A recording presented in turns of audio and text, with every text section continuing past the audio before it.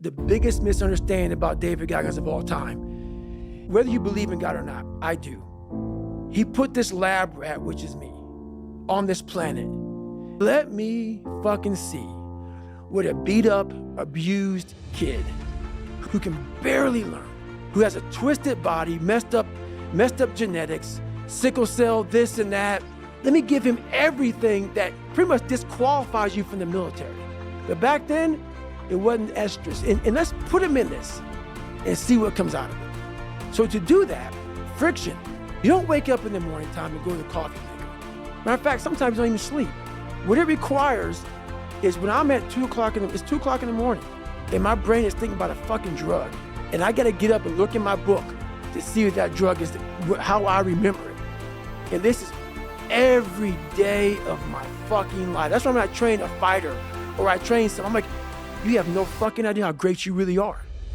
Because you are using such minimal of what you have. And if people can learn to focus, this is what's possible. While it may not be pretty, I want to do a documentary on it. I don't know. I don't want to do a documentary on it. Because I will have normal, everyday people picking me apart. Oh, his life is miserable. Who wants to live like that? It's crazy how it's almost like he's sick, he's psychotic. The most frustrating thing in the world for me is when normal people judge a man like myself on what it really takes to extract greatness from nothing. It takes every bit of who you are if you choose that route. If you don't, Merry Christmas, do what you gotta do.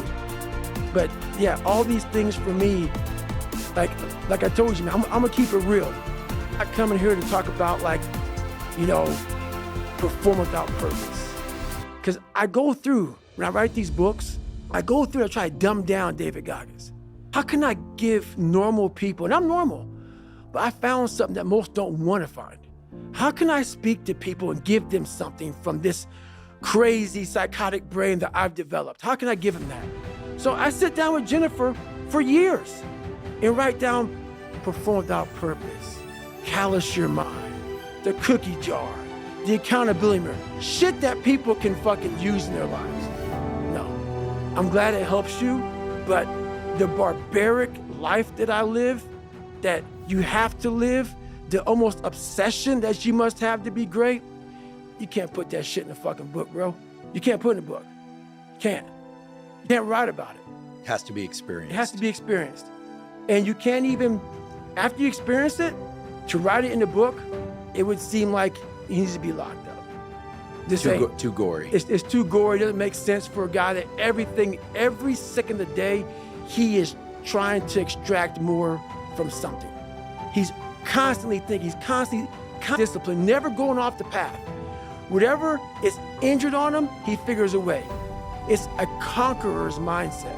And very few people, if any, can really understand what that is.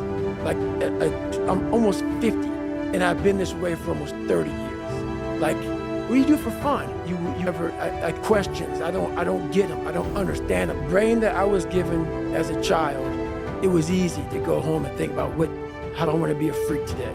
How do I want to show up to school today and be a freak? It didn't require me going home and opening a book up saying, it's going to take me all year to learn this fucking page. So instead of learning that page, I learned how to become a character. And maybe that character that I created, that 300-pound, insecure guy that used to fake till I make it type of guy, let me become your friend, let me lie to you until you like me type of guy. When you have any manhood, womanhood, a human being, a soul, a spirit, I had just this much pride, because that's exactly what opened the door for me. Because every day you were a character, every day you were a clown, every day you opened that Spanish book or that science book or English book, and you looked at it, it looked like a foreign language. And you're saying, where do I start? Where do I start? And obviously it was necessary. The more I talk about it, it was necessary, because what happened is I became haunted by the mere fact that this is my existence. And you gotta live with that. I lived with it for a lot of years. And so I sat back and said, okay, all right, I know what this takes. And when you sit back, as fucked up as I was, and I had a laundry list, a table like this of what I have to do to become just a human being that can make ends meet, that can make $1,000 a month just to get there.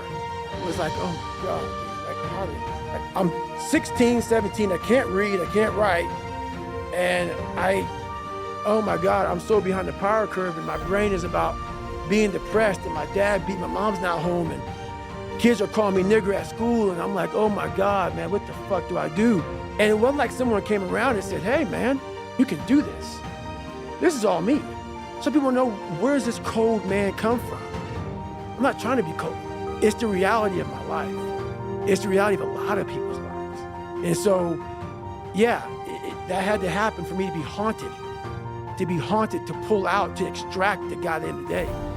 That haunting is something that's still there today. Because no matter how much you improve, no matter how much you change who you are, it's not permanent. You don't just wake up and say, oh my God, man, you're David Goggins, you break records, you do this, you do that. People want to know, how are you able to just be so hard? Because I never turned the fucking thing off. Because once it turns off, I go right back to the David Goggins that is. And that's the guy that I'm constantly fighting every day. And it's a choice. And that choice makes you misunderstood. It makes you crazy. That's why I hate fucking social media. In 2013, people wanted me to write my book. I did it in 2018. It took 5 years. And the reason why I didn't do it, I sat at a table and Jennifer was there. This is before I started working for me, I started dating or whatever. And all these people were there. And they're like, man, you gotta go on social media. And I was like, fuck you, man. Like, I'm not, it's poison. It's poison because I knew what I did to get where I am. And I'm gonna have these people, these normal, everyday people, fat, lazy, exactly who I was, judging me. Because I know it, because I was once them. All my hard work, all my dedication, I'm gonna have some normal dude get his little brownie, his little ding-dong, ho-ho Twinkie, sit there with his coffee, picking me apart. Oh, he must be unhappy. He's just, do you know how hard it is to put these shoes on every damn morning and I'm gonna have you pick me apart?